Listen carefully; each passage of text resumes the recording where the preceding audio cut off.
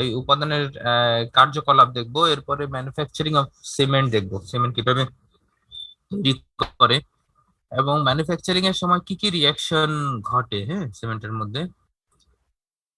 তো এইটা দেখার জন্য তার আগে কিছু জিনিস দেখে নেওয়া দরকার, সেটা হচ্ছে কি আসলে কি কি ইনগ্রেডিয়েন্ট আছে।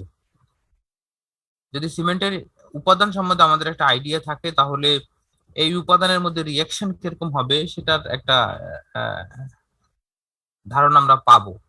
কিন্তু যদি আমি এই জিনিসটা নাই জানি যে আসলে সিমেন্টের মধ্যে কি কি উপাদান আছে, সেক্ষেত্রে আমার জন্য ওই রিয়াকশন গুলো বোঝা, প্রসেস গুলো বোঝা আসলে একটু কষ্টকর। হ্যাঁ, তো সেক্ষেত্রে সিমেন্টের কিছু মেইন ইনগ্রেডিয়েন্ট আছে। আমি বলবো কম্পোজিশন অফ সিমেন্ট। হ্যাঁ, কিছু আছে কম্পাউন্ড। কম্পাউন্ড মানে হচ্ছে কি যৌগ, যেটা কিনা সিমেন্ট তৈরি হওয়ার পরে এগুলা তৈরি হয় আর কি। হ্যাঁ, ধরো সিমেন্টটা যখন প্রসেসের মধ্যে দিয়ে যায়, র ম্যাটেরিয়ালস গুলো প্রসেসের মধ্যে দিয়ে যায়, আলটিমেটলি জিপসাম অ্যাড করে। জিপসাম অ্যাড করলে সব রিয়াকশন কমপ্লিট হওয়ার পরে this elements, this compound will be produced. হ্যাঁ, এই কম্পাউন্ড গুলো প্রডিউসড হবে। হ্যাঁ, তার আগে এই কম্পাউন্ড গুলো থাকতেছে না। তো সেক্ষেত্রে সেক্ষেত্রে কি কি কম্পাউন্ড, ফাইনাল কম্পাউন্ড গুলো পাবো সেগুলো এখানে আলোচনা করা আছে। সেটাকে বলতেছি mineral compound constituent of Portland cement. এটা হচ্ছে গিয়ে ট্রাই ক্যালসিয়াম সিলিকেট থাকবে, ডাই ক্যালসিয়াম সিলিকেট থাকবে, ট্রাই ক্যালসিয়াম অ্যালমিনেট থাকবে, টেট্রা ক্যালসিয়াম অ্যালমিনোফেরাইড থাকবে। এরপরে হচ্ছে ক্যালসিয়াম সালফেট থাকবে জিপসাম হিসেবে। আদার কম্পাউন্ড থাকবে 2 থেকে 8%। তো এটাকে সংক্ষেপে C3S ট্রাইসি calcium silicate, C2S die calcium silicate, হ্যাঁ C3A, হ্যাঁ ট্রাই ক্যালসিয়াম অ্যালমিনেট, টেট্রা ক্যালসিয়াম অ্যালমিনোফেরাইড, এভাবে উল্লেখ করা যায় জাস্ট মনে রাখার জন্য, অ্যাব্রিভিয়েশন হিসেবে এটা ইয়ে করা যায়। This are the percentage of this constituent. হ্যাঁ, কি কি পার্সেন্টেজ থাকবে। তো এগুলো হচ্ছে কি ফাইনাল কম্পোনেন্ট। হ্যাঁ, এই ফাইনাল কম্পোনেন্ট সিমেন্ট তৈরি হওয়ার পরে এই কম্পোনেন্ট গুলো আমরা পাবো, রেডিলি পাবো। যদি কোনো সিমেন্টকে আমরা টেস্ট করতে চাই, এর মধ্যে কি কি জেল হইতে পারে, অথবা আহ, যে আমরা ওয়াটার অ্যাড করার পরে এর মধ্যে কি কি জেল তৈরি হইতে পারে, সেটা একটা ফরমেশন আমরা এখানে দেখতেছি। আর নিচে যে ফিগারটা দেখতেছি, তো এটা হচ্ছে কি হাইড্রেশন। হ্যাঁ, রেট অফ হাইড্রেশন, কোন কোন কম্পাউন্ডটা কতদিনে হাইড্রেশন কমপ্লিট করে, অথবা হাইড্রেশন প্রায় 100% এর দিকে যায়।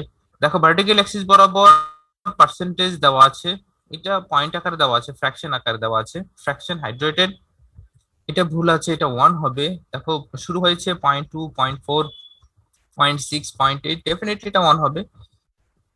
এটা ভুলে বলে 0.1 চলে আসছে। এটা তোমরা একটু কারেকশন করে নিও, আমি স্লাইডটা ইএলপি তে দিয়ে দিব আজকেই। তো আসলে এটা 20% হাইড্রেশন হইতেছে, 40%, 60%, 80% এবং 100% হাইড্রেশন হইতে এইদিকে কত সময় লাগবে লগ স্কেলে আছে। তার মানে এটা সেমি লগ পেপার, এদিকে নর্মালি আছে এবং এদিকে হরিজন্টাল যে অ্যাক্সিসটা দেখতেছো এটা লগ পেপারে আছে। জাস্ট অনেকগুলো ডাটা একসাথে দেওয়ার জন্য আমরা নিচে লগ পেপারে নিয়ে আসছি। কারণ তোমরা জানো লগ পেপারে 10 করে ডিফারেন্স। হ্যাঁ, 1, 10, প্রত্যেক ঘরে ডিফারেন্স 10, হ্যাঁ 100। হ্যাঁ, তারপরে আরো যদি যেতাম তাহলে 200, 1000 হতো। তো আমরা 180 পর্যন্ত আসছি। 180 পরে সিমেন্টের স্ট্রেংথ গেইন খুব কমই হয়। এই জন্য দেখবা সব ধরনের টেস্ট 180 দিন পর্যন্ত ম্যাক্সিমাম নেওয়া হয়। হ্যাঁ, স্ট্রেংথের টেস্ট গুলো। তো সেক্ষেত্রে আমরা 180 দিনকে একটা স্ট্যান্ডার্ড নিব,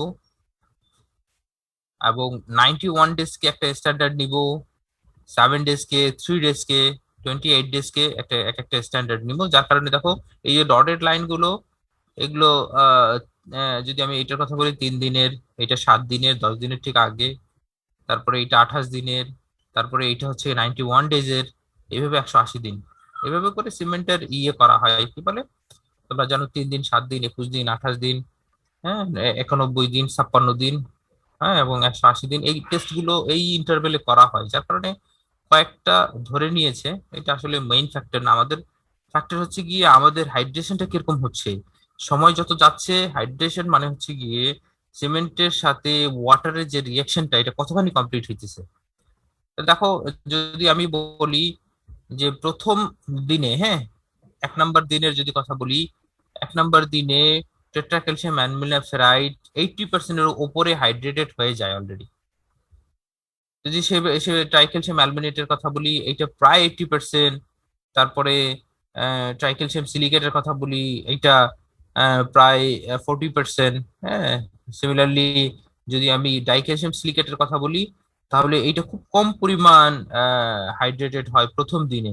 হ্যাঁ, প্রায় প্রায় 0%-এর কাছাকাছি, যে আসলে হইতেছেই না। দেখো, আমি যদি ট্রাইক্যালসিয়াম অ্যালমিনা ফেরাইটের কথা বলি এবং টেট্রাক্যালসিয়াম অ্যালমিনেটের কথা বলি, এইটার প্রথম দিনে প্রায় 80% এবং এটা প্রায় 90% হয়ে যাচ্ছে।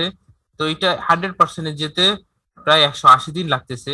তার মানে এইটা এটার হাইড্রেশন ফার্স্ট ডেতে ডেতে যেভাবে র্যাপিডলি হয়ে যায়, এরপরে 180 দিন পর্যন্ত হইতে অনেক স্লোলি হয়, অনেক স্লোলি হয়, দেখতেছো এটা। কিন্তু যদি আমি নিচের দুইটা গ্রাফের কথা বলি, যে অথবা দুইটা লাইনের কথা বলি, এই লাইনটা কম্পারেটিভলি এর চেয়ে স্লোপ বেশি, আবার এর চেয়ে আবার এর স্লোপটা আরো বেশি। এ যখন 7 দিন থেকে চলে যায়, 7 দিনের পরে দেখো স্লোপটা আরো হাই। দ্যাট মিনস স্লিকেটের সাথে দেখো, এই স্লিকেট আছে, এটা স্লিকেট আছে, সিলিকা। এই সিলিকার সাথে ওয়াটার রিয়েকশনটা অনেক বেশি দিন যাবত চলে। এই জন্য অনেকে বলে হাই, যদি আহ, আহ, সিলি সিলি কি বলে, সিলিকার পরিমাণ যদি বাড়াই দেওয়া যায়, সেক্ষেত্রে হাইড্রেশনটা আরো বেশি হইতে পারে। হ্যাঁ, এই জন্য বিভিন্ন স্পেশাল সিমেন্টে সিলিকেটের পরিমাণ অনেক সময় বাড়ায় দেয়, হ্যাঁ, যাতে করে ফিউচারে ইন ফিউচারে অনেক বেশি পরিমাণ হাইড্রেশন হইতে পারে আর কি, স্ট্রেংথ গেইন হইতে পারে। তো এটা তিনটা চারটা যে আমরা এখানে দেখতেছি, একটা দুটা তিনটা চারটা মেইন, যে প্রথম চারটা এলিমেন্ট, এই এলিমেন্টের হাইড্রেশনের পরিমাণ, ওটার সাথে রিয়াকশনের পরিমাণ দেখলাম যে আসলে কত দ্রুত কে কিভাবে রিয়াকশন করতেছে। হ্যাঁ, তো সেক্ষেত্রে এইটা থাকলে হয়তো তোমার সিমেন্টের যে মধ্যে যে রিয়েকশনটা হইতেছে, হ্যাঁ, ফাইনাল প্রোডাক্টের সাথে, যখন আমি বিল্ডিং এ অথবা কোনো কনস্ট্রাকশনের কাজে সিমেন্টটাকে ব্যবহার করতেছি, তখন এর রিয়াকশনের ধরন কিরকম হইতে পারে এবং ফুল স্ট্রেংথ গেইন করতে কতদিন সময় লাগতে পারে, বুঝছো? এইটার একটা ধারণা তোমরা পেয়ে যাবা। হ্যাঁ, যদি ডেসক্রিপশন আছে যে রেট অফ হাইড্রেশন বলতে কি বোঝো, কোন এলিমেন্টের রেট অফ হাইড্রেশনের রেট কেমন, হ্যাঁ, কোন এলিমেন্টের রেট কিরকম, এটা তোমরা একটু গ্রাফের মাধ্যমে ডিসক্রাইব করো, সেক্ষেত্রে এরকম একটা গ্রাফ আসতে পারে। হ্যাঁ, এরকম একটা গ্রাফ দিতে হইতে পারে, যে আনুমানিক এরকম করে যাদের প্রথম দুইটার রেট অফ হাইড্রেশনের পরিমাণ অনেক কম, কিন্তু পরের দুইটার স্লোপের পরিমাণ বেশি, আস্তে আস্তে সময়ের সাথে সাথে এদের রেট বাড়তে থাকে। কিন্তু আমি উপরের দুইটার কথা বলি, সময়ের সাথে সাথে রেট রেট বাড়ার পরিমাণ খুব কম, কিন্তু প্রথম দিনে এদের রেট অনেক বেশি থাকে। হ্যাঁ, প্রথম দুইটার ক্ষেত্রে। সেক্ষেত্রে আহ গেল এটা মিনারেল ইনগ্রেডিয়েন্ট, এটা একবারে ফাইনাল প্রোডাক্টে, সিমেন্টের ফাইনাল প্রোডাক্টে কি কি ইনগ্রেডিয়েন্ট থাকবে সেটা আমরা দেখলাম। কিন্তু ইনগ্রেডিয়েন্ট, অথবা আমি যদি বলি আমি আকরিক থেকে সিমেন্টের জন্য বিভিন্ন ম্যাটেরিয়ালস, ম্যাটেরিয়ালস কালেক্ট করব, এগুলোর মধ্যে কি কি ইনগ্রেডিয়েন্ট থাকতে হবে, কি কি কম্পোজিশন থাকতে হবে, যদি এই কথা বলি, হ্যাঁ, তাহলে বলবো যে এইটা হচ্ছে গিয়ে মূল উপাদান, সিমেন্ট তৈরির ক্ষেত্রে মূল উপাদান। আর এটা সিমেন্ট হয়ে গেছে, এর মধ্যে কি কি কম্পাউন্ড হবে, কি কি কম্পাউন্ড আছে সেটা। তো চলে আসো, সিমেন্টের তৈরি করতে গেলে যে মূল উপাদানগুলো আমাদের থাকতে হবে, ম্যাটেরিয়ালস, যে কাঁচামাল আমরা সংগ্রহ করব, এই কাঁচামাল টেস্ট করে দেখবো যে এই ধরনের ম্যাটেরিয়ালস আছে কিনা। যদি না থাকে তাহলে কিছু সংযোজন করব, আবার বেশি থাকলে কিছু বাদ দিয়ে দিব, এরকম করবো আর কি। এটাকে তোমরা জানো পিএলসি নামে একটা সফটওয়্যার আছে, এর মাধ্যমে অটোমেটেড করা হয়।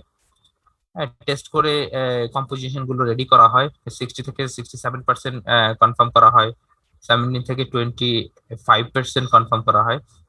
তো প্রথম কথা হচ্ছে গিয়ে 60 থেকে 75% থাকবে চুন, হ্যাঁ, ক্যালসিয়াম অক্সাইড, চুন থাকতে হবে ডেফিনেটলি। এরপরে সিলিকা থাকতে হবে, সবচেয়ে বেশি চুনের পরে সবচেয়ে বেশি পরিমাণ সিলিকা থাকতে হবে। অ্যালুমিনিয়াম থাকতে হবে, ম্যাগনেসিয়াম অক্সাইড, আয়রন অক্সাইড, হ্যাঁ, পটাশিয়াম অক্সাইড। এভাবে করে বাকি যে এখানে দেখতেছি এগুলার পরিমাণ খুব অল্প পরিমাণ থাকতেছে। হ্যাঁ, ইনসলুবল রেসিডিও, লস অন ইগনিশন, যদি আমি পুরোটাকে পোড়াই তাহলে এই পরিমাণ ওজন, হ্যাঁ, টোটাল ভলিউমের অথবা টোটাল ওয়েটের, যদি 100 গ্রামকে নেই তাহলে 1.8 গ্রাম থেকে 2 গ্রামের মতো লস হবে। হ্যাঁ, পোড়ানোর পরে ওজন যদি নেই তাহলে এতটুকু কমবে, এর চেয়ে বেশি কমতে পারবে না।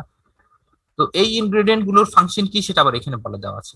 লাইম, ক্যালসিয়াম অক্সাইড মানে হচ্ছে লাইম, অথবা এখানে বলা আছে লাইম হচ্ছে ক্যালসিয়াম অক্সাইড অথবা ক্যালসিয়াম হাইড্রোক্সাইড, যে কোনো ফরম্যাটে থাকতে পারে। তো কাকুরিকের ভিতরে এটা শুকনাও থাকতে পারে ক্যালসিয়াম অক্সাইড হিসেবে।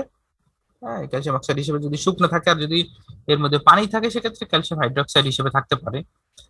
তো ক্যালসিয়াম অক্সাইড অথবা ক্যালসিয়াম হাইড্রোক্সাইড, হ্যাঁ, অথবা চুন যেটাই বলি, এটা আসলে যদি কম পরিমাণ হয় তাহলে স্ট্রেংথের উপরে ইফেক্ট আসবে।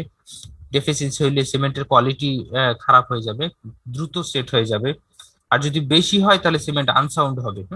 আনসাউন্ড মানে হচ্ছে গিয়ে এর এক্সপানশন বেশি হবে, দেখো এখানে লেখা আছে এক্সপানশন বেশি হবে, ডিসইন্টিগ্রেট হয়ে যাবে।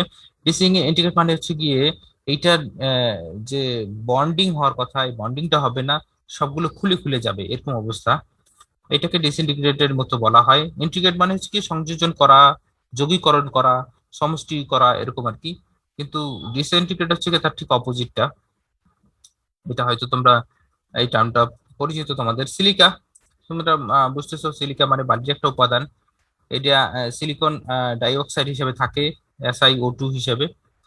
এটা sufficient amount of silica should be present in cement to form dicalcium অথবা ট্রাই ক্যালসিয়াম। আমরা দেখে আসছি আহ, যদি সিলিকার পরিমাণ কম থাকে সেক্ষেত্রে ডাইক্যালসিয়াম সিলিকেট অথবা ট্রাইক্যালসিয়াম সিলিকেট তৈরি করাটা খুব কষ্টকর হয়ে যায়। হ্যাঁ, যেটা কিনা সিমেন্টের স্ট্রেংথের উপর অনেক বেশি ইফেক্ট ফেলে। হ্যাঁ, যেটা আমরা গ্রাফে দেখলাম।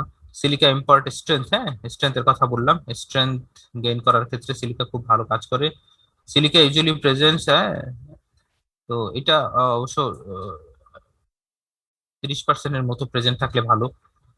তো সেক্ষেত্রে দেখো সিলিকা কিসের জন্য তৈরি, কিসের জন্য থাকতে হবে, ডাইক্যালসিয়াম এবং ট্রাইক্যালসিয়াম সিলিকেট ফরমেশনের জন্য।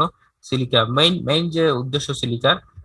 এবং আমরা পরবর্তীতে দেখবো ডাইক্যালসিয়াম সিলিকেট এবং ট্রাইক্যালসিয়াম সিলিকেট কিভাবে কাজ করে, সেটা আমরা উপরে একটা গ্রাফের মাধ্যমে দেখে আসি। আরো হাইড্রেশন রিয়াকশনের মাধ্যমে দেখা যায়, নো প্রবলেম। এরপর হচ্ছে অ্যালুমিনিয়াম অক্সাইড হিসেবে থাকে, হ্যাঁ, Al2O3 হিসেবে থাকে। অ্যালুমিনিয়াম হচ্ছে কি কুইক সেটিং প্রপার্টিজ দেয় সিমেন্টের মধ্যে, কুইক সেটিং প্রপার্টিজ দিচ্ছে। হ্যাঁ, আর ক্লিংকারের টেম্পারেচার লেভেলটা লোয়ার লোয়ার রাখে। হ্যাঁ, এক্সেসিভ অ্যালুমিনিয়া সিমেন্টকে উইক করে ফেলে। ম্যাগনেসিয়াম অক্সাইড, হ্যাঁ, MgO হিসেবে থাকে। হ্যাঁ, 2%-এর বেশি থাকা উচিত না। আর যদি থাকে সেক্ষেত্রে সিমেন্টের স্ট্রেংথ কমে যায়। আর হচ্ছে গিয়ে আয়রন অক্সাইড এটা সিমেন্টকে মূলত কালার দেয় আর ফ্লাক্স হিসেবে কাজ করে। হ্যাঁ, তোমরা জানি না ফ্লাক্স মানে বুঝতেছো কিনা। হ্যাঁ, ফ্লাক্স মানে হচ্ছে গিয়ে হিট কন্ডাক্টর। হ্যাঁ, চুল্লির মধ্যে যখন হিটকে ট্রান্সফার করতে হয়, বলছে এই আয়রন অক্সাইড, তোমরা জানো আয়রন খুব ভালো একটা পরিবাহী। সেক্ষেত্রে আয়রন অক্সাইডটা খুব সুন্দর একটা পরিবাহী হিসেবে কাজ করে। এটা হচ্ছে গিয়ে চুল্লির মধ্যে খুব ভালো পরিবাহী হিসেবে কাজ করে। হ্যাঁ, ও টেম্পারেচারটাকে একদিক থেকে আরেক দিকে খুব সহজে ট্রান্সফার করে দিতে পারে। মূলত সিমেন্টের কালার দেওয়ার জন্য তৈরি করে। এবং রিয়াকশন হয় ক্যালসিয়াম এবং অ্যালুমিনিয়ামের সাথে। কি করে করবে, ট্রাই ক্যালসিয়াম অ্যালুমিনিয়াম ফেরাইড তৈরি করবে। হ্যাঁ, সরি, টেট্রা ক্যালসিয়াম অ্যালুমিনিয়াম ফেরাইড তৈরি করার জন্য ক্যালসিয়াম এবং অ্যালুমিনিয়ামের সাথে রিয়াকশন করে। হ্যাঁ, তো আমরা দেখবো কিভাবে রিয়াকশন করে, রিয়াকশন গুলো আছে আমাদের হাতে। ট্রাইক্যালসিয়াম অ্যালুমিনিয়াম ফেরাইড হচ্ছে ইম্পার্ট হার্ডনেস এবং স্ট্রেংথ দেয় সিমেন্টকে। হার্ডনেস এবং স্ট্রেংথ দেয়। হার্ডনেস এর কথা আমরা বলে আসছি এবং স্ট্রেংথের কথাও বলে আসছি। এই কম্প্রেসিভ স্ট্রেংথ হতে পারে, টেনসাইল স্ট্রেংথ হতে পারে, অথবা স্প্লিটিং ফ্লেক্সারাল স্ট্রেংথ হতে পারে। এগুলো সম্বন্ধে আমরা জেনে আসছি প্রথম দিনই প্রপার্টিজ এর মধ্যে। এরপর হচ্ছে গিয়ে ক্যালসিয়াম সালফেট, এটা আসলে জিপসাম হিসেবে থাকে। এটা জিপসাম হিসেবে থাকে ক্যালসিয়াম সালফেট, 2 অণু পানি হিসেবে থাকে। এটা সেটিং টাইমের উপর একটা ইফেক্ট ফেলে, আমরা এটা ভালো করে জানি। সেটিং টাইমটাকে ডিলে করে অথবা রিটার্ডস করার জন্য এই উপাদানটাকে ব্যবহার করা হয়, ক্যালসিয়াম সালফেট অথবা জিপসাম যেটাই বলি। সালফার ট্রাইঅক্সাইড, সালফার ট্রাইঅক্সাইড 2%-এর বেশি থাকা উচিত না। যদি থাকে সেক্ষেত্রে সিমেন্ট আনসাউন্ড হয়ে যায়। অ্যালকালিন, অ্যালকালাইন, যদি ক্ষার জাতীয় উপাদান 1%-এর বেশি থাকে সেক্ষেত্রে, ক্ষার মানে হচ্ছে লবণের পরিমাণটা যদি 1%-এর বেশি থাকে সেক্ষেত্রে এফ্লোরেসেন্স হইতে পারে। এফ্লোরেসেন্স আমরা পড়ে আসি, এটা ব্রিক ব্রিকের ক্ষেত্রে এফ্লোরেসেন্স পড়ে আসি। এই একই জিনিস যদি লবণের পরিমাণ বেশি হয়, তুমি স্ট্রাকচার তৈরি করবা, স্ট্রাকচারের উপরে দেখবা যে এই ইয়ে পড়তেছে, সাদা সাদা ছোপ ছোপ দাগ পড়তেছে পাউডারের মতো। যে কিছুদিন পরে প্লাস্টার খুলে খুলে যাচ্ছে, অথবা এই তোমার কনক্রিটের যে কাভারিংটা আছে, কাভারিংটা ফসকে ফসকার মতো পড়ে যাচ্ছে, এটাকে ফ্লোরেসেন্স বলতেছে। ফ্লোরেসেন্স আমরা এর আগে দেখে আসি, আশা করি ফ্লোরেসেন্স নিয়ে কোনো সমস্যা হবে না। যদি লবণের পরিমাণ বেশি থাকে সেক্ষেত্রে, মোর দেন 1% থাকে, সেক্ষেত্রে ফ্লোরেসেন্স হওয়ার ঘটনা অথবা সমূহ সম্ভাবনা থাকে। হ্যাঁ, গেল কোথায়, সেকেন্ড স্লাইডটা গেল কোথায়? আচ্ছা, এটাকে একটু উপরে নিয়ে আসি। আমরা তোমাদের কোশ্চেন গুলো নিব, তবে কোশ্চেন গুলো নেওয়ার জন্য মূল কথা হচ্ছে কি, আগে আমি একটু স্লাইডটা শেষ করে নিই, তারপরে তোমাদের কোশ্চেন গুলো নিতে আমার সুবিধা হবে। হ্যাঁ, যদি কারো কোনো কোশ্চেন থাকে একটু টুকে রাখো, আমরা ক্লাসের শেষে নিয়ে নিব, নো প্রবলেম। চলে আসো, আমরা যেহেতু কম্পোনেন্ট গুলো দেখে আসছি, কি কি কম্পোনেন্ট থাকতে হবে র মেটেরিয়ালস এর মধ্যে, এবং ফাইনাল প্রোডাক্টে কি কি কম্পোনেন্টস তৈরি হবে, এগুলো আমরা দেখে আসি। এখন আমাদের জন্য একটু ম্যানুফ্যাকচারিংটা সহজ মনে হবে। র মেটেরিয়ালস, তো ম্যানুফ্যাকচারিং এর বিভিন্ন স্টেজ আছে, ওরা 6টা স্টেজ দেখাইছে, এবং আমি আমি একটা ফ্লো চার্টও দেখাইছি। ওয়েট প্রসেসে ফ্লো চার্ট, ড্রাই প্রসেসে আমাদের একটা একটা প্রসেসেই হয় লাফার সিমেন্টে, ওইটা ওয়েট প্রসেস। এই জন্য আমাদের সাথে ওয়েট প্রসেস যেহেতু পরিচিত, ওয়েট প্রসেস দেখাইছি, ড্রাই প্রসেসটা আসলে দেখাইনি। তোমরা আজি স্যারের বই থেকে দেখে নিতে পারো, ড্রাই প্রসেস এখানে কিছু আলোচনা করা আছে। তো ওয়েট প্রসেসের প্রথম কথা হচ্ছে গিয়ে, এটা র মেটেরিয়ালস কালেক্ট কালেক্ট করবে অথবা এক্সট্রাকশন করবে, কোয়ারি অথবা এটাকে কি বলবো, খনি থেকে এই ম্যাটেরিয়াল গুলোকে নিয়ে আসবে। তো সেক্ষেত্রে দেখো, খনির মূল উপাদান থাকে লাইমস্টোন অথবা ক্যালসিয়াম, যেটাই বলি, স্যান্ড এবং ক্লে থাকে। স্যান্ড থাকে সিলিকা, এবং ক্লে থাকে অ্যালুমিনিয়াম এবং আয়রনের ফরম্যাটে। হ্যাঁ, এগুলার বিভিন্ন আহ, আর কি নাম আছে, কি বলে, আহ, এটাকে কি বলবো, সাধারণত যে নামে এটাকে পরিচিত, শেল অথবা ফ্লাই অ্যাশ অথবা মিল রাসায়নিক স্কেল। নাম স্যার। হ্যাঁ, মিল স্কেল। বাণিজ্যিক নাম। হ্যাঁ, এটা সাধারণত ওই যে আয়রনটা থাকে না, মিল স্কেল গুলো হচ্ছে আয়রন, এই যে বক্সাইট, এটা আয়রনের একটা আকরিক, এই এই নামে পরিচিত আর কি। হ্যাঁ, বাণিজ্যিক নাম বলতে পারো, অথবা কি বলবো। হ্যাঁ, তো এই রক গুলো যখন আমরা ইয়ে করি, মাইন থেকে নিয়ে আসি, তো এই মাইন থেকে নিয়ে আসার পরে আসলে কিছু গ্রাইন্ডিং করতে হয়। প্রথম 3 ইঞ্চি 6 ইঞ্চি সাইজের বের করে নিয়ে আসা হয়, প্রথমে যে 6 ইঞ্চি সাইজে বের করে নিয়ে আসা হয়, তারপরে ফার্দার গ্রাইন্ডিং করে 3 ইঞ্চি করা হয়। 6 ইঞ্চিটা ওই সরাসরি ওই যে ইয়ে করে না, কি বলে, এক্সপ্লোড করে না, এটা ডিনামাইট দিয়ে এক্সপ্লোড করে, তখনই ওটা মোটামুটি 6 ইঞ্চি 10 ইঞ্চি সাইজ হয়ে যায়। পরে এটাকে ফার্দার স্ক্রিনিং করে গ্রাইন্ডিং করে 3 ইঞ্চির মতো তৈরি করা হয়। ফাইনলি গ্রাইন্ড করার ক্ষেত্রে তখন সেকেন্ড স্টেপে ওরা গ্রাইন্ডিং, প্রপোর্শনিং এবং ব্লেন্ডিং করে। তুমি গ্রাইন্ডিং মানে হচ্ছে কি আরো ছোট সাইজ করব, প্রপোর্শন মানে হচ্ছে গিয়ে আমার যে মিক্স প্রপোর্শন, এই প্রপোর্শনটাকে ফিক্স করব। তো একটা জেনারেল আছে, লাইমস্টোন থাকবে হচ্ছে 80%, এবং রিমেইনিং থাকবে হচ্ছে গিয়ে 20%, যার মধ্যে ম্যাক্সিমাম হচ্ছে ক্লে। হ্যাঁ, এরকম একটা কম্পোনেন্ট ওরা মেনটেন করে ইনিশিয়ালি। ফাইনালি আরো আরো ইয়ে হবে, কি বলে, আরো ফার্দার ইয়ে হবে। এখানে তোমার ফার্দার গ্রাইন্ডিং এর কিছু সিস্টেম দেখানো আছে। তো ফার্দার গ্রাইন্ডিং, এটা ব্লেন্ডিং মেশিন। তো এগুলোর মাধ্যমে তারা ইয়ে করতেছে। যদি তোমরা লাফার সিমেন্টে কখনো যাওয়ার সুযোগ হয় দেখতে পারো, অথবা এই, এখন যেহেতু সুযোগ নেই, ইন্টারনেটে অনেক সিমেন্ট ম্যানুফ্যাকচারিং এর উপরে ইউটিউবে অনেক ভিডিও আছে, একটা দেখতে পারো, নো প্রবলেম। একবারে র মেটেরিয়াল কালেকশন থেকে শুরু করে একবারে সিমেন্ট ফাইনাল প্রোডাক্ট পর্যন্ত দেখানো আছে, যদি চাও দেখতে পারো, নো প্রবলেম। তো দেখো, যখন আমরা এই গ্রাইন্ডিংটা কমপ্লিট করি এবং কম্পোজিশনটা আমার রেডি হয়, হ্যাঁ, প্রপোর্শনিংটা রেডি হয়ে যায়, তখন এইটাকে চুল্লির ভিতরে দিয়ে দেওয়া হয়। তো চুল্লির ভিতরে দেওয়ার আগে একটু প্রি হিটিং করা হয়। এটা প্রি হিটিং করলে একটু সুবিধা আছে, ম্যাটেরিয়ালটা যদি আমি প্রি হিটিং করে নেই, তোমরা কেউ ইয়ে করেছো কিনা, যে আহ, যদি ডিম পোস্ট করতে হয়, তখন কি করতে হয় বলো তো, এই যে তেলটাকে একটু প্রি হিট করে নিতে হয় না, বলো তো? জি স্যার। যদি প্রি হিট না করো তাহলে কি অবস্থা হয়? হুম, তুমি ঠিকই ডিম ইয়ে করে ভাজতেছো অথবা পোস্ট করবা, কিন্তু যদি তেলটা প্রিহিট না করো, দেখবা কি তেল দিলা, তেলের উপরে ডিমটা ছেড়ে দিলা, তাহলে ডিমটা যখন বের করে নিয়ে আসবা তখন মনে হবে তুমি ডিমটা সেদ্ধ করেছো, অনেকটা সেদ্ধ সেদ্ধ একটা ফ্লেভার আসবে। আসলে প্রিহিটটা এই জন্যই করা হয়, আমি যে উদ্দেশ্যে এটা করতেছি, যাতে করে এই যে ম্যাটেরিয়াল গুলো এগুলা প্রপারলি হয়, বার্নড হয়, হ্যাঁ।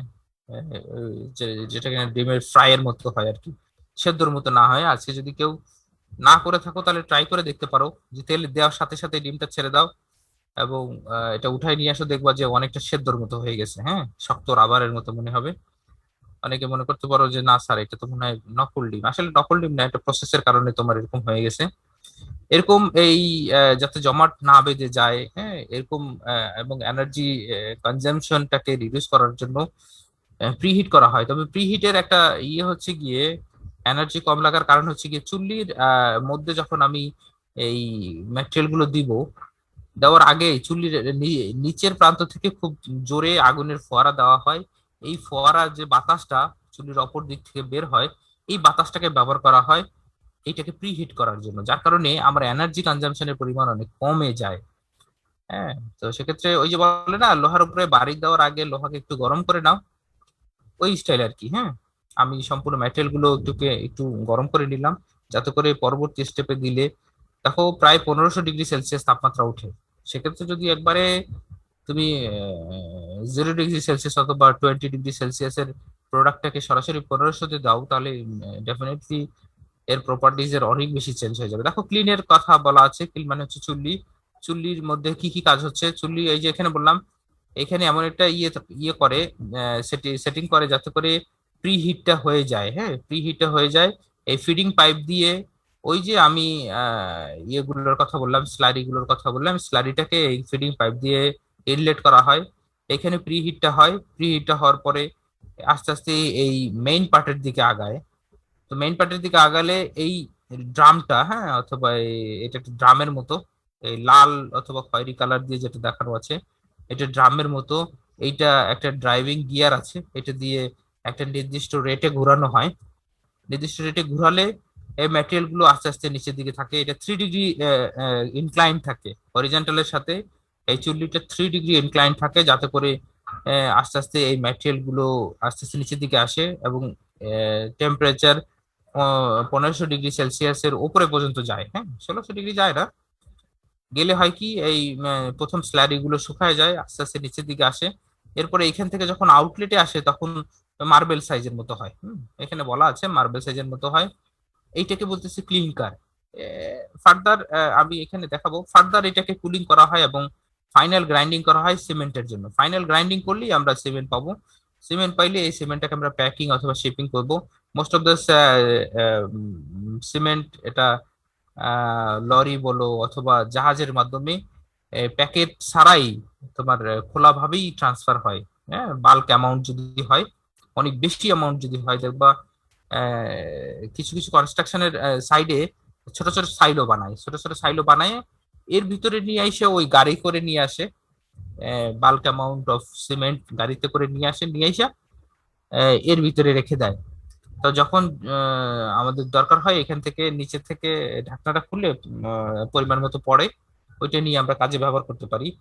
হ্যাঁ, আর যেটা হচ্ছে গিয়ে প্যাকেটে যে ব্যবহার করে, এই প্যাকেটে ব্যবহার করার পরিমাণ খুব কম। এটাকে বলে খুচরা বিক্রেতারা অথবা অল্প পরিমাণ যারা ব্যবহার করে তাদের জন্য প্যাকেট প্যাকেট করে আর কি। হ্যাঁ, তো আমরা মূলত প্যাকেটটাই দেখেছি, কিন্তু প্যাকেটের পরিমাণটা খুব কম।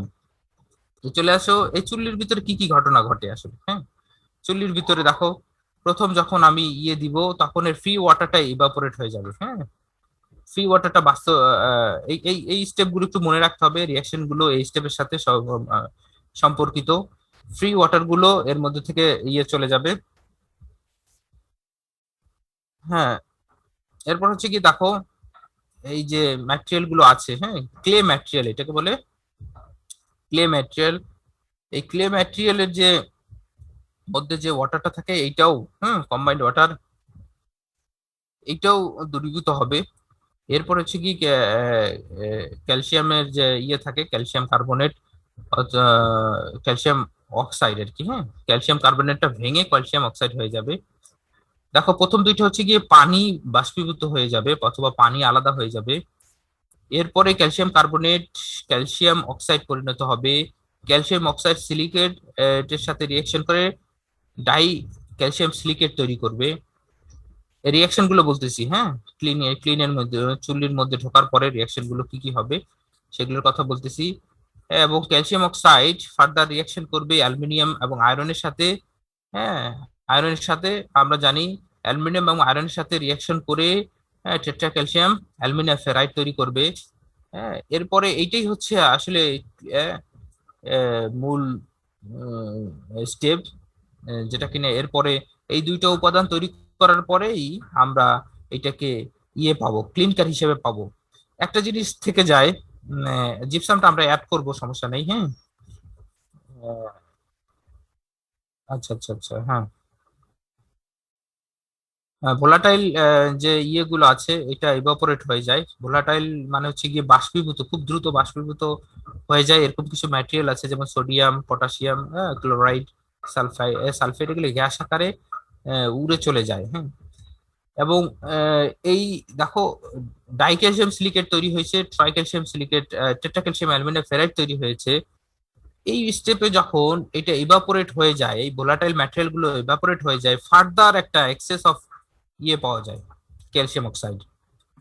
দেখো এই ভোলাটাইল ম্যাটেরিয়াল গুলো চলে যাবে, চলে যাওয়ার পরে এক্সেস কিছু ক্যালসিয়াম অক্সাইড থেকে যাবে। এই ক্যালসিয়াম অক্সাইডটা শেষ স্টেপে যে ডাই ক্যালসিয়াম ডাই ক্যালসিয়াম সিলিকেটের সাথে রিয়াকশন করে ট্রাই ক্যালসিয়াম সিলিকেট তৈরি করবে। তো এখানে যদি আমি দেখি প্রথম দুইটা হচ্ছে গিয়ে আমার ওয়াটার রিলিজ হয়ে যাচ্ছে। এরপরের স্টেপে ক্যালসিয়াম সিলিকেট ক্যালসিয়াম অক্সাইডে তৈরি হইতেছে। এই ক্যালসিয়াম অক্সাইড সিলিকার সাথে রিয়েকশন করে ডাই ক্যালসিয়াম সিলিকেট তৈরি করতেছে। সিমিলারলি অ্যালুমিনিয়াম এবং আয়রন অক্সাইডের সাথে রিয়েকশন করে ট্রাই ক্যালসিয়াম অ্যালুমিনিয়াম ফেরাইড তৈরি করতেছে। এরপরে যে পাউডারটা পাচ্ছি সেটাকে আমরা মোটামুটি ক্লিনকারের ধরতেছি। হ্যাঁ, বাকি যে আছে ভোলাটাইল ম্যাটেরিয়াল গুলো ইভাপোরেট হয়ে যাচ্ছে। ফার্দার যে ক্যালসিয়াম অক্সাইডটা থাকতেছে, এই ক্যালসিয়াম অক্সাইডটা ডাই ক্যালসিয়াম সিলিকেটের সাথে রিয়েকশন করে ট্রাই ক্যালসিয়াম সিলিকেট তৈরি করতেছে। তো সেক্ষেত্রে দেখো এর মধ্যে কয়েকটা স্টেপ আছে। 100 ডিগ্রি সেলসিয়াসে ফ্রি ওয়াটার গুলো ইভাপোরেট হয়ে যাবে। এরপরে 100 থেকে 430 ডিগ্রি সেলসিয়াসে dehydration and formation of oxide. হ্যাঁ, ফর্মেশন অফ অক্সাইড বলতে আমি যে ক্যালসিয়াম অক্সাইডের কথা বললাম, কি বলে, অ্যালুমিনিয়াম অক্সাইড, হ্যাঁ, সিলিকন অক্সাইড, হ্যাঁ, আয়রন অক্সাইডের কথা বললাম। এগুলো তৈরি হবে ডিহাইড্রেশন হওয়ার পরে, পানিটা চলে যাওয়ার পরে এই অক্সাইড গুলো তৈরি হবে। হ্যাঁ, সিলিকা হইতে পারে, অ্যালুমিনিয়াম হইতে পারে, আয়রন হইতে পারে, এর অক্সাইড তৈরি হবে, আমরা দেখবো রিয়াকশন গুলো। এরপরে থার্ড স্টেপে টেম্পারেচার হবে 900 থেকে 982 ডিগ্রি সেলসিয়াস। এইখানে কার্বন ডাই অক্সাইডটা চলে যাবে। দেখো ক্যালসিয়াম কার্বনেট থেকে যদি কার্বন ডাই অক্সাইড চলে চলে যায়, সিএ, হ্যাঁ, সিও3, হ্যাঁ, ক্যালসিয়াম কার্বনেট, দেখো এইটা হচ্ছে ক্যালসিয়াম কার্বনেট। এই ক্যালসিয়াম কার্বনেট থেকে যদি কার্বন ডাই অক্সাইড চলে যায় তাহলে ক্যালসিয়াম অক্সাইড থাকে। এই এই ঘটনাটা ঘটবে এই যে ইভাপোরেশন অফ ভোলাটাইল ম্যাটেরিয়ালস, এখানে এই ঘটনাটা ঘটবে। তো এটা ইভাপোরেট হয়ে গেলে শুধু ক্যালসিয়াম অক্সাইড থেকে যাবে। এই ক্যালসিয়াম অক্সাইডটা, হ্যাঁ, থ্রু দ্য ক্যালসিনেশন, হ্যাঁ, নো প্রবলেম, এই ক্যালসিয়াম অক্সাইডটা পরে এই এক্সেস হিসেবে থাকবে। এইটা ডাইক্যালসিয়াম সিলিকেটের সাথে রিয়েকশন করে ট্রাইক্যালসিয়াম সিলিকেট ফর্ম করবে। এবং 1510 ডিগ্রি সেলসিয়াস আমি বলেছিলাম, 1600 যায় না, সিমেন্টের ক্লিনকার গুলো ফর্ম হয়, এটা যেটা যেটা কিনা মার্বেলের মতো। টোটাল প্রসেসটা 20 থেকে 30 মিনিটের মধ্যে কমপ্লিট হয়। দেখো টোটাল প্রসেসটা এই ইনলেট থেকে আউটলেট পর্যন্ত 20 থেকে 30 মিনিটের মধ্যে প্রসেস হয়। এবং ফাইনাল প্রোডাক্টটা মার্বেল সাইজড নোডলের মতো হয়। মার্বেল, আমি বলেছিলাম যে মার্বেলের মতো হয় ক্লিনকারটা, হ্যাঁ, clinker form and come out of the kiln in a marble sized, হ্যাঁ, নোডলস এর মতো। তো এই হচ্ছে ফাইনাল যে আমার ক্লিন কাটটা পাওয়া যায়। এটা খুব গরম থাকে, দেখো যখন বের হয় তখন 1510 ডিগ্রি সেলসিয়াস তাপমাত্রা থাকে। এইটাকে হুম, এইটাকে প্রায় এমন একটা সিস্টেমের মধ্যে দিয়ে নেওয়া হয় যেটা আচ্ছা আচ্ছা, হ্যাঁ, আচ্ছা 18, নো প্রবলেম। যেটা 100 থেকে 200 ডিগ্রি সেলসিয়াসের মধ্যে নিয়ে আসা হয়। হ্যাঁ, এটা সাধারণত ইয়ার পাস করে করা হয়, পাসিং ইয়ার। হ্যাঁ, এটা কোনো পানি টানি দেওয়া হয় না, ঠান্ডা বাতাস ইয়ে করা হয়, এর উপর দিয়ে পাস করা হয়। আলটিমেটলি এটা 100 থেকে 200 ডিগ্রি সেলসিয়াস তাপমাত্রায় হয়ে যায়, যাতে করে আমি ফাইনাল এটাকে ট্রান্সপোর্ট করতে পারি, গ্রাইন্ডিং করতে পারি। দুই ধরনের ফাইনাল গ্রাইন্ডিং এর ক্ষেত্রে দুই ধরনের ইয়ে ব্যবহার করা হয়, যেটা এই এই 5 নাম্বার স্টেপ থেকে বাংলাদেশে সবকিছু হয়। হ্যাঁ, 5 নাম্বার স্টেপ বলতে এইটা ক্লিনকারটাকে ঠান্ডা করে তারপরে জাহাজে করে পাঠায় দেয়। এই রেডি ক্লিনকারটা আমরা পাই। হ্যাঁ, যদি কেউ তোমরা নারায়ণগঞ্জ যেয়ে থাকো, অথবা নারায়ণগঞ্জ যদি কারো বাসা হয়, হ্যাঁ শুনতেছো আমার কথা, নারায়ণগঞ্জ যদি কারো বাসা থাকে, বন্দরের আশেপাশে দেখবা, হ্যাঁ বন্দরের 5 নাম্বার ঘাট থেকে শুরু করে 1 নাম্বার ঘাটের দিকে যদি যাও, এটা এই ইয়ের মধ্যে আছে আর কি, কি বলে, এই একটা রাস্তা আছে খুব সুন্দর, ভাঙাচোরা আর কি। আমি যখন গিয়েছিলাম তখন খুব কাদাটে, নদীর পাড় দিয়ে, এটা বন্দরের এই পারেই, ঢাকার পারেই আর কি। হুম, তো অনেক বস্তা ভরা অনেক ক্লিনকার দেখা যায়। তো আসলে এই ক্লিনকার গুলো আনার সময় যে কোনো ভাবে পানি টানি লেগে নষ্ট হয়ে গেছে, যেটা কিনা পরবর্তীতে বস্তা ভরে ওই নদীর পাড়ে রেখে দিয়েছে। আসলে এটা দিয়ে কোনো কাজ হবে না এমনি ফিলিং এর কাজ ছাড়া, তবে ফিলিং এর কাজ করলেও খুব ঝামেলা আছে, এগুলো খুব শক্ত হয়ে যায়। তো আমি ওইগুলো হাতে নিয়ে দেখলাম যে আসলে এইভাবে রেখে দিয়েছে, এগুলো কি। হ্যাঁ, তখন আমি দেখলাম যে আসলে এগুলো ক্লিনকার। আসলে ক্লিনকার গুলো এইভাবে রেখে দেওয়া আহ, তখনই সম্ভব হয় যখন আসলে এগুলা অ্যাবান্ডেন্ড হয়ে যায়, হ্যাঁ পরিত্যক্ত হয়ে যায়, তখন আর কি। হুম, তো ওগুলো দেখলাম, যদি কারো বাসা ওইদিকে হয় তারা দেখতে পারো, অনেক বস্তা করে একবারে পাহাড়ের মতো উঁচু করে রেখে দিয়েছে। তো এখানে যখন আমি ফাইনাল গ্রাইন্ডিং করব, এই বাংলাদেশে এই পর্যায়ে করে, প্রথমে ক্লিনকার গুলো নিয়ে আসে, ক্লিনকার গুলো জাহাজে করে নিয়ে সাইলোতে লোড করে রাখে, এবং সাথে যে এক্সট্রা ম্যাটেরিয়াল গুলো থাকে, এক্সট্রা মেটেরিয়াল যদি সিলিকা সরি, আমি যদি ইয়ে অ্যাড করতে থাকে অ্যাড করতে চাই, জিপসাম, জিপসাম অ্যাড করতে পারি, ফ্লাই অ্যাশ অ্যাড করতে পারি যদি পিসিসি তৈরি করতে চাই। আর যদি ওপিসি তৈরি তৈরি করতে চাই তাহলে শুধু জিপসাম অ্যাড করব। আর পিসিসি অথবা পিপিসি তৈরি করতে চাই তাহলে যে ম্যাটেরিয়ালের পিপিসি বানাবো, সেই কম্পোজিট বানাবো, সেই ম্যাটেরিয়াল অ্যাড করব। এই ম্যাটেরিয়াল গুলো সরাসরি এই সাইলোতে থাকে। বাংলাদেশে যে প্রসেস হয় আর কি, হ্যাঁ প্রত্যেকটা সিমেন্ট কোম্পানিতেই লাফার্জ সিমেন্ট বাদে এই স্টেপ থেকে শুরু হয়। ওরা ওই জাহাজে করে নিয়ে এসে সাইলোতে রাখে। দুই ধরনের টেবিল আছে, একটা হচ্ছে গিয়ে রোটেটিং ড্রাম। হ্যাঁ দেখো, এই যে একটা হচ্ছে রোটেটিং ড্রাম, আর হচ্ছে ভার্টিক্যাল গ্রাইন্ডিং টেবিল বলে আর কি। হ্যাঁ, এখানে এটা আছে কিনা, গ্রাইন্ডিং টেবিল আছে। এটা শুধু ভার্টিক্যাল যে গ্রাইন্ডিং টেবিল, এটা শুধু বসুন্ধরার কাছে আছে, আর এখন পর্যন্ত কেউ আনেনি। দাম অনেক বেশি, তো যার কারণে ওরা এই রোটেটিং ড্রামই ব্যবহার করে। তুমি একটা ড্রামের মতো কল্পনা করো, অনেক বড় একটা ড্রাম। লস অ্যাঞ্জেলস টেস্ট করেছে কিনা জানি না, ওই ড্রামের মধ্যে অনেক বড় বড় সাইজের কিছু ইয়ে দেওয়া থাকে। উম, কি বলে, স্টিলের, এটাকে বলে মার্বেলের মতো। এটা তিন তিন মিলিমিটার হইতে পারে, অথবা তার চেয়ে একটু কম বেশি। স্ট্যান্ডার্ড সাইজটা আমার এই মুহূর্তে মনে নেই, দেখে বলতে হবে। 3 ইঞ্চি, সরি, হ্যাঁ 3 ইঞ্চি অথবা 75 মিলিমিটার সাইজের আশপাশে এই ইয়েগুলো, কি বলে, বলগুলো হয়, স্টিলের বল। অনেকগুলো বল থাকে ওই ড্রামের মধ্যে। ওই ড্রামের মধ্যে এই ক্লিনকার, তারপরে জিপসাম, এরপরে এই যে সিলিকা, সরি ফ্লাই অ্যাশ, এগুলো যেগুলো দরকার হয় এগুলোকে অ্যাড করে দেওয়া হয়। তো এই ড্রামটা ঘোরে, ড্রামটা ঘুরলে তো ওই বলগুলোর আঘাতে এগুলা খুব ছোট ছোট ইয়ে হয়ে যায়। হ্যাঁ, একবারে ফাইন পার্টিকেল হয়ে যায়। সিমিলারলি ভার্টিক্যাল টেবিল আছে। ভার্টিক্যাল, এটাকে কি টেবিল যেন বলে, ঠিক এই মুহূর্তে মনে নেই, একটু গুগল করতে হবে। যদি বসুন্ধরার ভার্টিক্যাল টেবিল, এটাই বিভিন্ন অ্যাডেও দেয়, ওদের কাছেই আছে শুধু। ওই ভার্টিক্যাল টেবিল একই অবস্থা, ওই এগুলো অ্যাড করা হয়। এটা ওই রোটেটিং ড্রামের মতো না, এটা সরাসরি ওর একটা ইয়ে থাকে, কি বলে, ওর ওটাকে কি বলা যায়, গ্রাইন্ডার থাকে। ওই গ্রাইন্ডারের দাঁতের সাথে লেগে লেগে এগুলা খুব চূর্ণ বিচূর্ণ হয়ে যায়। হ্যাঁ, তো সেক্ষেত্রে আমাদের বাকি যারা আছে, যেমন সেভেন লিংস বলো, seven circle Bangladesh, fresh cement বলো, হ্যাঁ, হোলসিম বলো, শাহ সিমেন্ট বলো, এরা সবাই রোটেটিং ড্রাম ব্যবহার করে। শুধু বসুন্ধরা ছাড়া আর কি, বাকিরা সবাই রোটেটিং ড্রাম ব্যবহার করে। তো আসলে এটা আমাদের এতটা জরুরি না, জাস্ট প্রসেসটা বোঝার জন্য যে রোটেটিং ড্রাম কি কাজে ব্যবহার করা হয় আর ভার্টিক্যাল টেবিলটাকে কি কাজে ব্যবহার করা হয়, এই দুইটা জিনিস। এরপরে হচ্ছে প্যাকেট করবে 20 KG, sorry 25 KG, 50 KG packet হতে পারে। আর 20 কেজিরও প্যাকেট হয়, এটা হচ্ছে হোয়াইট সিমেন্টের প্যাকেট হয়। আর আমরা বাংলাদেশে সাধারণত 50 কেজির প্যাকেট পাই। বাহিরে ওরা 20 কেজির প্যাকেটও করে, 40 কেজির প্যাকেটও করে।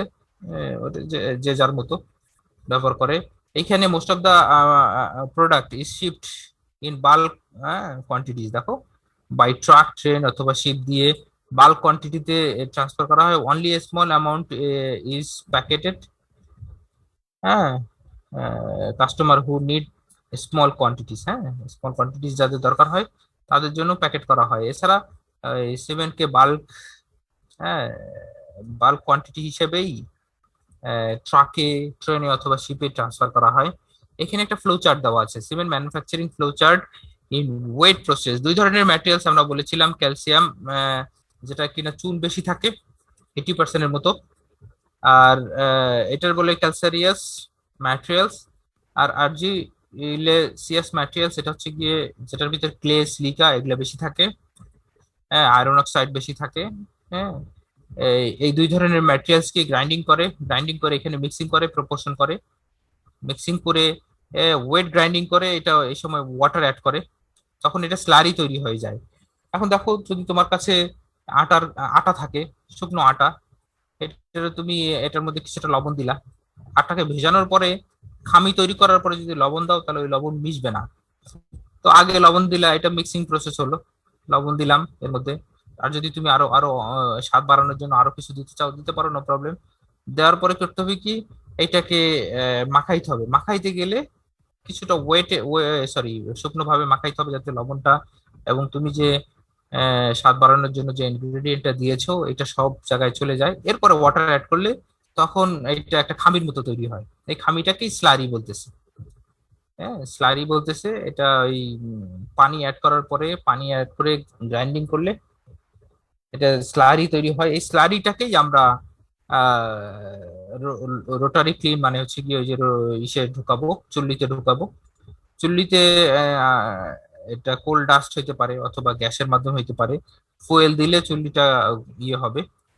এরপরে চুল্লি থেকে আমরা ক্লিনকার পাবো, ক্লিনকারকে কুল করব, এটাকে স্টোরেজ করব, ক্লিনকারকে গ্রাইন্ডিং করব। এই সময় জিপসাম দিব ওপিসি তৈরি করার ক্ষেত্রে। আর যদি আমরা পিসিসি তৈরি করি সেক্ষেত্রে ফ্লাই অ্যাশ বলো অথবা যে জিনিসের পিসিসি তৈরি করব সেই জিনিস অ্যাড করব। এখানে অফিসের কথা বলা আছে, শুধু জিপসাম দিয়েছি, সিমেন্ট পেয়েছি, এই সিমেন্টটাকে এখন বাজারজাত করতে পারবো। হ্যাঁ, এই একটা প্রসেস এখানে বলে দেওয়া আছে, ফ্লো চার্ট। আর এই হচ্ছে রিয়াকশন গুলো, যে রিয়াকশন গুলো আমি বলেছিলাম যে চুল্লির মধ্যে ঢোকানোর পরে হয়।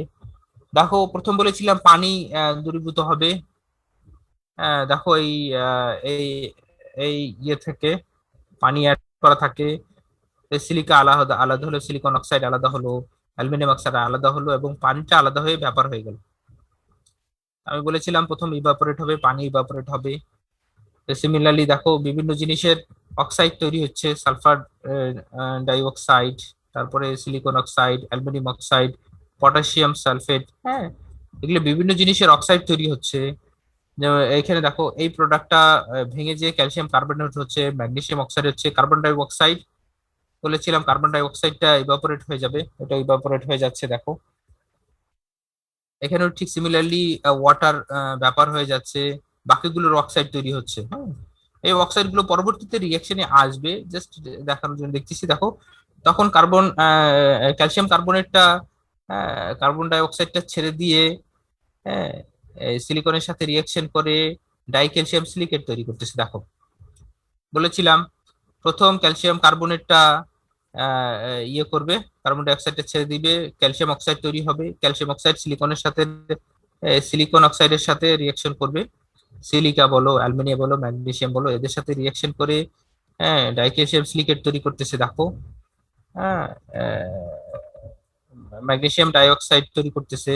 এরপরে এখানে দেখো, এই যে ডাইক্যালসিয়াম সিলিকেট তৈরি করতেছে, ওয়াটারটা ফার্দার ওয়াটারটা ভ্যাপার হয়ে যাচ্ছে। তার মানে আমরা এই পর্যন্ত ডাইক্যালসিয়াম সিলিকেট পেয়েছি আমাদের যে ফাইনাল প্রোডাক্ট।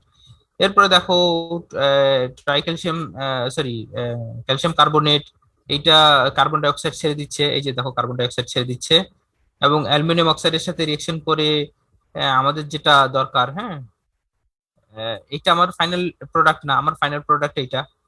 এরপরে এইটা আবার কি করে, এটা সেকেন্ড রিয়েকশনটা দেখানো আছে।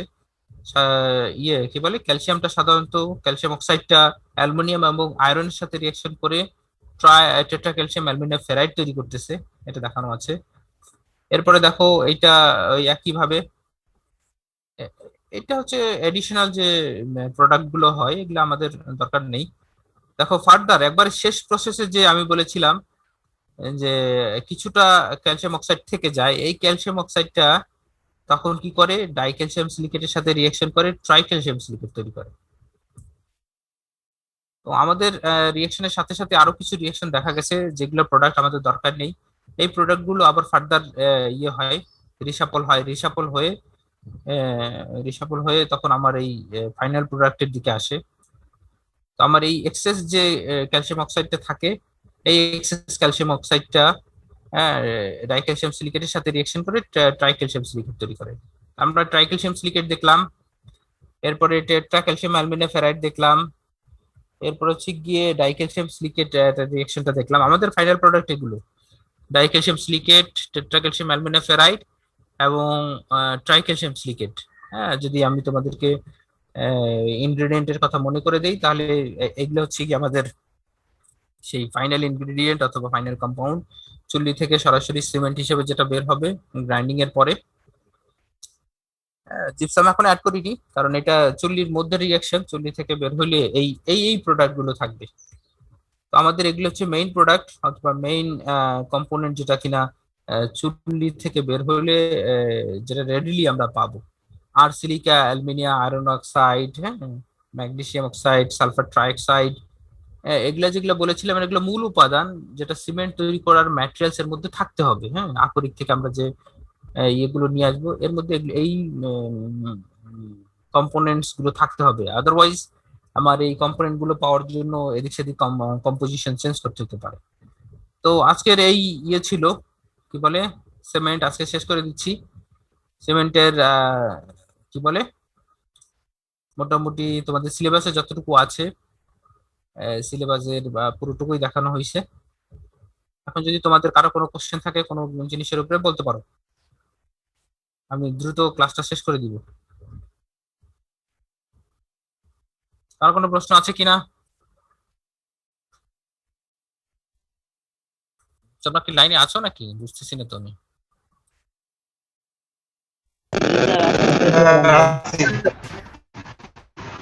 আছো তো, কিন্তু প্রশ্ন প্রশ্ন নেই। এখন বোঝা যাচ্ছে থিওরি ক্লাস। চ্যাপ্টার বাকি আছে আরো। আমি বুঝিনি। আমাদের এই কোর্সে চ্যাপ্টার আর কয়টা বাকি আছে? একটা চ্যাপ্টার বাকি আছে, এটা কনক্রিট। এটা কনক্রিটের জন্য মিনিমাম 4টা ক্লাস লাগবে, 4টা থেকে 5টা ক্লাস লাগবে। ওই চ্যাপ্টারটায় 4টা-5টা ক্লাস করলে এই হ্যাঁ কোর্স হ্যাঁ, শেষ। কোর্স শেষ, হ্যাঁ। আমাদের শুধু কনক্রিটটা বাকি আছে, কনক্রিটটা দেখালে এর এর মধ্যে 2টা ক্লাস শুধু লাগবে মিক্স ডিজাইন দেখানোর জন্য। হ্যাঁ, মিনিমাম 5টা ক্লাস লাগতেছে, এর মধ্যে 2টা ক্লাস লাগবে মিক্স ডিজাইন দেখানোর জন্য। এবং মিক্স ডিজাইনটা খুব ইন্টারেস্টিং জিনিস। তুমি যে স্ট্রেংথের জন্য কনক্রিট ডিজাইন করবা, দেখবা ঠিক সিমিলার একবারে কাছাকাছি ওই স্ট্রেংথের পাচ্ছ। যদি কেউ 4000 পিএসআই কনক্রিট ডিজাইন করতে চাও, তাহলে দেখবা যে তুমি ডিজাইন করলা, কাস্টিং করলা, ট্রায়াল মিক্স করলা, কাস্টিং করার পরে দেখবা যে তুমি একটা মিক্স প্রপোর্শন ফিক্স করবা। এই প্রপোর্শনে যেমন 1 2 4 ফিক্স করেছে, 1 1.5 3, 1 1 2 ফিক্স করেছে, এইভাবে তুমি একটা মিক্স প্রপোর্শন ফিক্স করে দিবা এবং ইয়েগুলো বলে দিবা যে এই পরিমাণ পানি তোমরা অ্যাড করতে পারবা। তো তাহলে দেখবা যে তুমি যে স্ট্রেংথের কনক্রিট চাচ্ছ ঠিক সিমিলার সেই স্ট্রেংথের কনক্রিট চলে আসতেছে। এর চেয়ে একটু বেশি আসে, কম আসবে না। ধরো তুমি যদি 4500 পিএসআই চাও, তাহলে 4700 আসবে, 4800 আসবে, 4600 আসবে, কিন্তু 4500 নিচে আসবে না। বুঝতেছো? ইন্টারেস্টিং না? জি স্যার। ইন্টারেস্টিং না হইলে যখন তোমরা বলবা যে এই বিল্ডিংটা অথবা যে স্ট্রাকচারটা তুমি ডিজাইন করেছো এই স্ট্রাকচারের জন্য 5,500 অথবা 4,500 PSI কনক্রিট লাগবে, তো এই তুমি তো যখন ডিজাইন করেছো প্রাইম সি 4,500 ধরেছো, এই 4,500 তো তাদের নিয়ে আসতে হবে কিনা বলো তো? তাহলে ডিজাইন ফেল ফেল করবে কিনা? স্যার। বাংলা- বাংলাদেশে এটা একটু কষ্টকর, কারণ মিস্ত্রিরা যে যেমন তেমন ভাবে পানি টানি অ্যাড করে দেয়, এটা খুব ঝামেলার আর কি মেনটেন করা। জন্য অনেকেই রেডিমিক্সে যায়। রেডিমিক্সের কিছু সুবিধাও আছে অসুবিধাও আছে। আমি কনক্রিটের মধ্যে রেডিমিক্সও পড়াবো, নো প্রবলেম। হ্যাঁ, শর্টক্রিট পড়াবো, রেডিমিক্স পড়াবো, স্পেশাল টাইপ অফ কনক্রিট পড়াবো, নো প্রবলেম, তখন বলে দিব। হ্যাঁ, আচ্ছা, ম্যানুফ্যাকচারিং এবং কি বলে মেইন ইনগ্রেডিয়েন্ট অথবা মিনারেল ইনগ্রেডিয়েন্টের মধ্যে কারো কোনো প্রশ্ন থাকলে বলে ফেলো। আসসালামু আলাইকুম স্যার। ওয়ালাইকুম আসসালাম। স্যার, এই যে বললেন যে কাঁচামাল তৈরি করার পরে যে পিএলসি তে যায়, হ্যাঁ, দিলে পিএলসি অটোমেটিক করে স্যার। এখন PLC টা মানে কি স্যার একটু বলুন।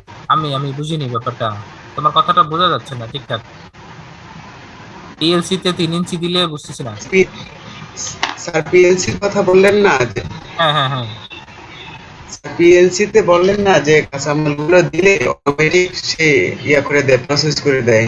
তো পিএলসি আসলে কিভাবে কাজ করে বা এটা একটু যদি বলতেন এটা আর তো কি। আসলে ইলেকট্রিক্যালের জিনিস তো। ইলেকট্রিক্যাল অথবা কম্পিউটার সায়েন্স যারা পড়াশোনা করে, পিএলসি হচ্ছে একটা অটোমেটেড কম্পিউটারাইজড সিস্টেম, যেখানে তুমি একটা সফটওয়্যার ডেভেলপ করা থাকে, পিএলসি সফটওয়্যার বলে এটাকে।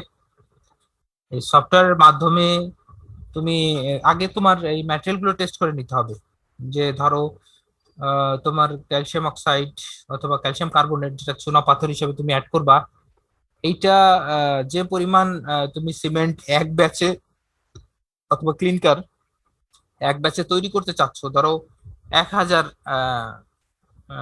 মেট্রিক টন সিমেন্ট, অথবা এত না, এত তো করে না, ধরো তুমি একবারে চুল্লির মধ্যে দিতে চাচ্ছ 1,000 কেজি অথবা 2,000 কেজি অথবা 5,000 কেজি, তোমার 5,000 কেজি পরিমাণ ক্লিনকার পাবা। এর মধ্যে কতখানি লাইমস্টোন লাগবে, কতখানি সিলিকা লাগবে, কতখানি তোমার এই বাকি যে ম্যাটেরিয়াল গুলো আছে, হ্যাঁ, ক্লে, এগুলো লাগবে, এগুলাকে ও নিয়ন্ত্রণ করে দেয়। এটা প্রত্যেকটা হপারের মধ্যে থাকে। হপার মানে এই ইয়ের মতো, সাইলোর মতো, ছোট ছোট সাইলোর মতো। এই ম্যাটেরিয়াল গুলো প্রথম ওই ইয়েগুলোর মধ্যে যায়, আর ও প্রোগ্রাম করা থাকে, ও ঠিক যে যত কেজি ফেলতে বলবে ঠিক তত কেজি ফেলবে অটোমেটিকলি, এর চেয়ে বেশি ফেলবে না। তো এতে করে অটোমেটিক হওয়ার ক্ষেত্রে কারণে এই মিলগুলো খুব সুন্দর ইসে যায়, কি বলে প্রসেসে যায়। এটার জন্য একটা কন্ট্রোল রুম থাকে। এই কন্ট্রোল রুমে বসে বসে এই তোমাদের মতো ইঞ্জিনিয়াররা, যারা এই যে ইলেকট্রিক্যাল অথবা কম্পিউটার সায়েন্স থেকে পাশ করা, এরা ওই কন্ট্রোল রুমে বসে বসে করে, এটাকে কন্ট্রোল করে। তো প্রত্যেক ঘন্টায় ঘন্টায় এই ম্যাটেরিয়াল গুলো টেস্ট হয়, এটা আপডেটেড হয়। তো ওই সফটওয়্যারটার মধ্যে প্রত্যেক ঘন্টায় ঘন্টায় এই কম্পোজিশন গুলো চেঞ্জ করে দেয়, যে হ্যাঁ ঠিক আছে, এখানে এতটুকু বেশি আসছে, তার মানে ওই পরিমাণটাকে একটু বাড়াই দিই অথবা ওই পরিমাণটাকে একটু কমাই দিই।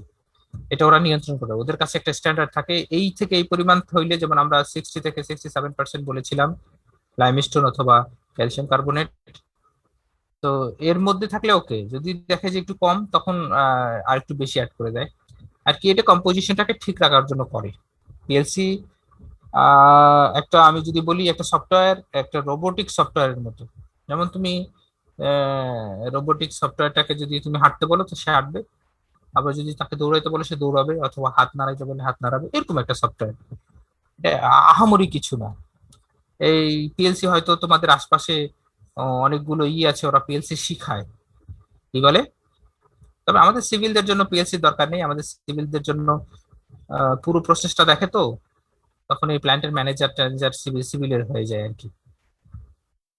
সিভিলের জন্য ওই পিএলসি দেখার দরকার পড়ে না। ওকে। স্যার ঠিক আছে স্যার। আর যদি তোমাদের পিএলসি দেখতে মনে চায়, তাহলে ডুয়েট ওপেন হইলে এখানে ল্যাবরেটরিতে পিএলসি মেশিন আছে, দেখতে পারো, পিএলসি কন্ট্রোলার। হ্যাঁ, আর তোমাদের বিভিন্ন সংগঠনের কিছু ট্রেনিং সেন্টার আছে, এগুলোর ভিতরে ওরা পিএলসি তৈরি করে দেখায়। হ্যাঁ, এরা এরা স্বল্প পরিসরে দেখায়, কারণ এই মেশিনটা অথবা এই প্রোগ্রামটা যেটা কিনা সিমেন্টের জন্য ব্যবহার করে, এটা তো অনেক টাকা দাম। আর ওরা হয়তো ছোট কোনো মেশিন দিয়ে দেখায়। পিএলসি এটা সব জায়গায় ব্যবহার করা যায়, একবারে ছোট থেকে ছোট কাজ থেকে শুরু করে সবচেয়ে বড় কাজ। ইভেন গার্মেন্টসেও পিএলসি ব্যবহার করা হয়। গার্মেন্টস এর কাপড়গুলো একসাথে কাটে না, এটার জন্য পিএলসি ব্যবহার করে। আর কি, এর ইউজটা অনেক ভাস্ট ইউজ, অনেক জায়গায় ব্যবহৃত হয়। তবে সিভিলের ছেলেপুলেদের এটা না দেখলেও চলে, না না জানলেও চলে। আচ্ছা, অন্য কোনো প্রশ্ন আছে?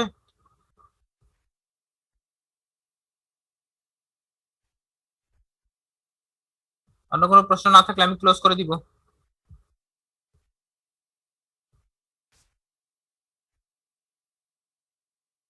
এই আলমগীর, আল রাহাত, কোথায় আছো তোমরা? জি স্যার, নেক্সট ক্লাসের টাইম হয়ে গেছে স্যার, আর মনে হয় কোশ্চেন নাই কারো। শেষ হ্যাঁ, করে ঠিক দেন আছে, ঠিক আছে, তাহলে তোমাদের স্যার আমাদের ফাইলটা দিয়ে দিয়েন এলপিতে স্যার। হ্যাঁ, ইএলপি তে ফাইল দিয়ে দিচ্ছি, তোমরা কিছুক্ষণের মধ্যেই পেয়ে যাবে। হ্যালো, আসসালামু আলাইকুম স্যার। ওয়ালাইকুম সালাম। হ্যাঁ, স্যার আমাদের রুটিন অনুযায়ী ক্লাস নেবেন নাকি?